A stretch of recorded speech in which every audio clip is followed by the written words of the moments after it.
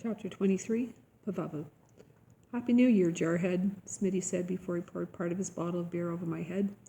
I had to laugh. He and several of our other Signal Corps guys had put on grass skirts and were swaying their hips to imitate the hula dancers we'd been entertained by on Hawaii, which was now thousands of miles away from us poor lonely Marines.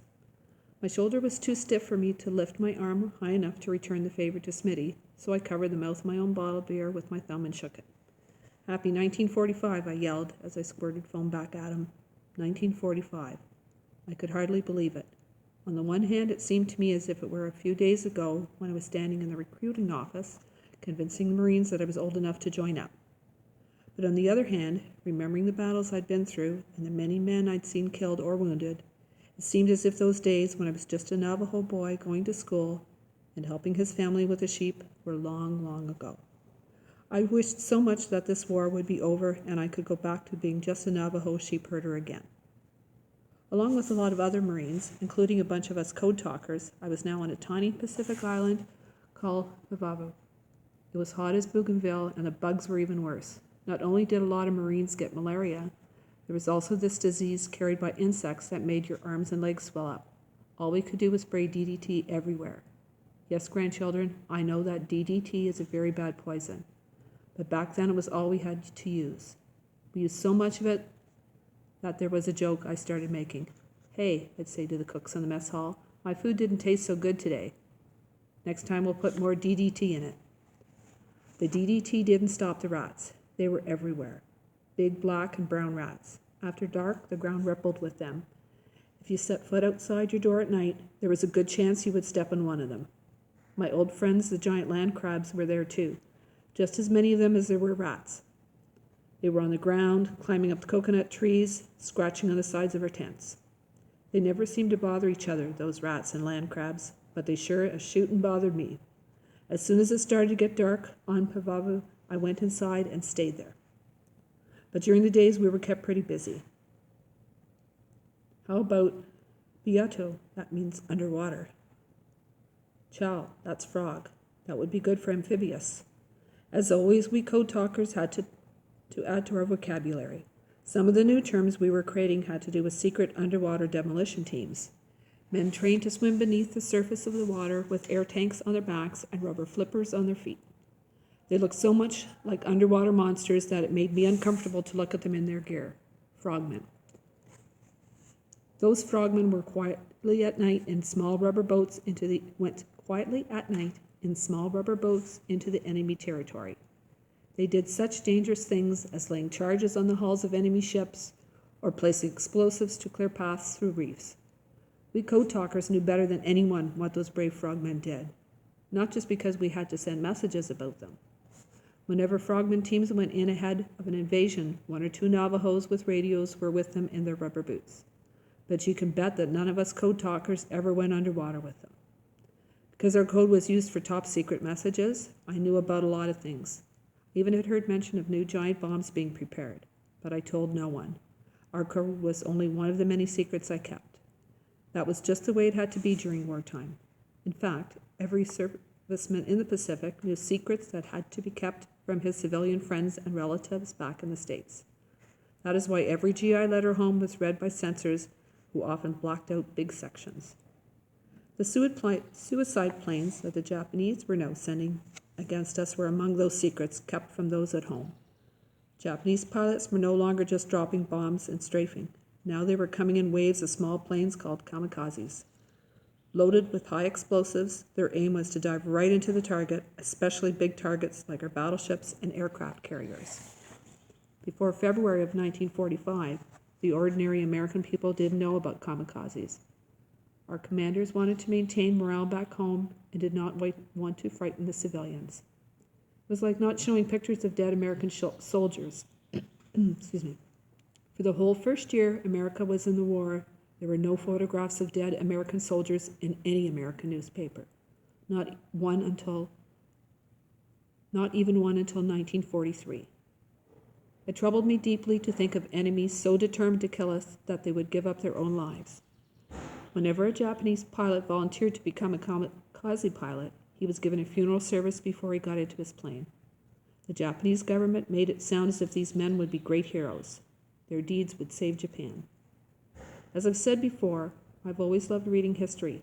All through the war, I did research in ship libraries and borrowed books from Marine officers who were history buffs and who liked the idea of an Indian being a historian. I kept on doing that kind of research after the war too. So, over the years, I was able to learn where the idea of the kamikazes came from. Here's the story. 700 years ago, Kublai Khan was the ruler of China. He decided that he and his Mongols should invade Japan. He put together a huge fleet and sent it off to Japan. But before it got there, a great typhoon roared out of the Pacific and sank every ship. 7 years later, Kublai Khan sent a second huge fleet. Just like the first, it was destroyed by that giant wind that the Japanese began to call it kamikaze. Kamikaze, the holy wind. They believed that holy wind would always defend Japan. The pilots who flew the suicide missions thought they were flying with that holy wind. A Japanese Rear Admiral, Masafi Arima, was the first kamikaze pilot. In October of 1944, he tried to crash his plane into the aircraft carrier Franklin. A Navy fighter shot him down into the sea before he was even close. However, the Japanese propaganda machine made him into a martyr. They said that he sank a giant American ship. Thousands of people volunteered to be kamikaze pilots. Sometimes those planes were so old they could barely take off. Most of them missed. In the Philippines, only 1 out of every 4 kamikazes actually struck a target. No big ships were ever sunk by one. However, in Japan, all the newspapers made it sound as if their kamikaze missions were great successes. Soon, they said, the American fleet would be totally destroyed. What the Japanese newspapers said was far from the truth. Slowly but surely, the tide had been turned. As the first few days of the new year of 1945 turned into weeks, and we sat there waiting on Pavavu, I began to believe that we were close to the end. The Japanese were continuing to retreat. Our planes were now bombing the enemy's homeland. It was clear that Japan was going to be defeated. Chief, my friend Smitty said as he read Stars and Stripes, the Armed Forces newspaper given to servicemen, MacArthur has been kicking butt since we landed at Leyte. Sounds like we're going to be celebrating the 4th of July in Tokyo this year. Y'all think that's something? Georgia boy said, holding up the copy of his own paper. My work in teaching him to read had finally paid off a few months earlier. Now hardly a day went by without him wanting to read something aloud to us. Listen to this here. The New York Yankees had been sold to a syndicate for $2,800,000. That's about enough to buy the whole state of Georgia. I nodded to my friends. Each in his own way was excited about the prospect of the war's ending. But from what I now knew about the Japanese, I was very worried. When they decided it was hopeless, what would they do? Our war in the Pacific was so different from the one fought in Europe. In Europe, when our enemies saw they were losing a battle, they would often surrender. Sometimes tens of thousands of prisoners would be taken. I saw newsreels of long lines of defeated German soldiers, just peacefully walking away from the battle, guarded by only a few Americans. They were abiding by the rules of war. How I wished that the Japanese would behave that way. Their rules, though, were different. You see, grandchildren, rules about modern warfare were made up between the nations of the world before World War II. These rules said that prisoners of war, enemy soldiers who had surrendered or been captured, had to be fed and housed in a humane way. They had to be allowed visits by the Red Cross. These rules, called the Geneva Convention, were agreed to in 1929 and signed by almost every major nation, but not the Japanese. They had different ideas about war. They had been taught since childhood that retreating, surrendering, or being captured in a war was a great shame to your nation and family. A Japanese soldier was supposed to die in banzai charges or kill himself rather than give up. Anyone taken captive by the Japanese was scorned as a coward. I learned after the war that as a result of that attitude, the Japanese prisoner of war camps were terrible places. Captured American and British and Australian soldiers were forced into slave labor, starved, and beaten. Some were even used for medical experiments. Nearly half of the Allied soldiers who were captured by the Japanese during the war died in those camps. In the years since the war ended, I've met former Japanese soldiers. Some even came here to Dainta and told me they were sorry for the things they did in the war. In Japan, one of those former soldiers told me, The Army had 2 million men held in reserve, along with thousands of kamikaze planes and suicide boats. 28 million people in our National Reserve Army, some just armed with sharp sticks. Imperial Command told us to prepare for the glorious death of 100 million to defend our sacred soil. Although they were eager to get to Japan, a lot of our military leaders also dreaded that thought. Millions of lives, Japanese and American, would be lost in a full-scale invasion, so our leaders were trying to defeat Japan in other ways. The first way was through blockades. There were so many people on the Japanese islands that they could not grow enough food to feed everyone. They had to import food as well as raw materials and fuel. The fears that they would not have enough to survive as a nation had led them to war, so they would be able to control those things they needed. Now their war had cut them off from all their needs. By late 1944, their ships could no longer get into or out of Japan without being attacked by our submarines. Our other plan was to bomb Japan's cities and factories. If their losses were great enough, perhaps the Japanese command would realize that they had to surrender. Our bombers were flying every day from Saipan and Guam to make raids on Tokyo. First, planes flew over, dropping millions of warning leaflets written in Japanese, "We're going to bomb your city." Then, after the civilians had given time to take shelter or leave, the bombers started their runs. My fear was that neither of those plans would work.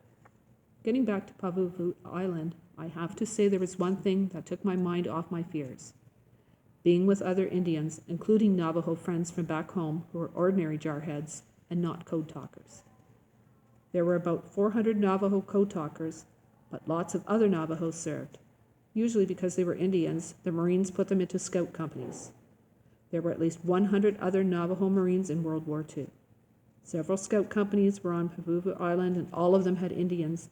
On Pavavu, I met Lakotas, Cheyennes, Cherokees, and Choctaws, even a Zuni. All of us being Indians in a white man's Marine Corps meant we had a lot in common. For one, every Indian had the same nickname. "What do the guys of your unit call you?" The answer was always the same. "They call me Chief." Sam Little Fingernail, who was Cheyenne, was tired of it. "We got so many darn chiefs," he said, "there's no room for any Indians." Sam had a way to respond to people who called him Chief, as long as they weren't superior officers who could bust him for insubordination.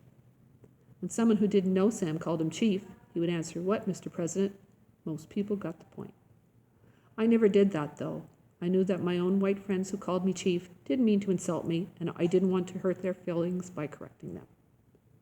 We Indians had plenty to share about the things we'd been through, although we Navajos never told any Indian who was not a code talker anything about our secret. Near the end of our time on Pavavu, we all got together and had a sort of powwow.